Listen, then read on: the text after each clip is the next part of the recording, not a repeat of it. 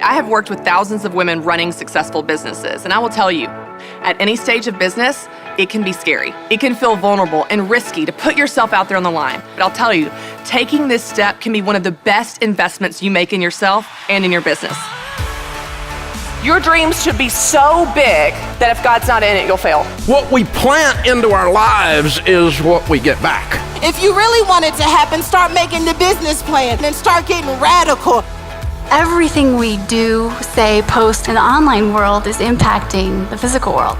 We want to equip you with everything you need to start, run, or grow your business. We're going to give you the tools and answers to help you win, but also we're going to give you the inspiration and encouragement, the excitement and the motivation, and most importantly, the community of women that are on the same journey that you are. When a mom feels empowered, her influence multiplies. If you feel like you're not living up to what other people are doing or someone else's expectations of you, that's okay.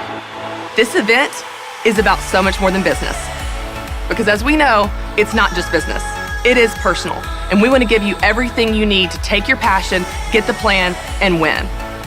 So join us in November in Nashville and be a part of a movement of women stepping into their God-given gifts to make money doing what they love.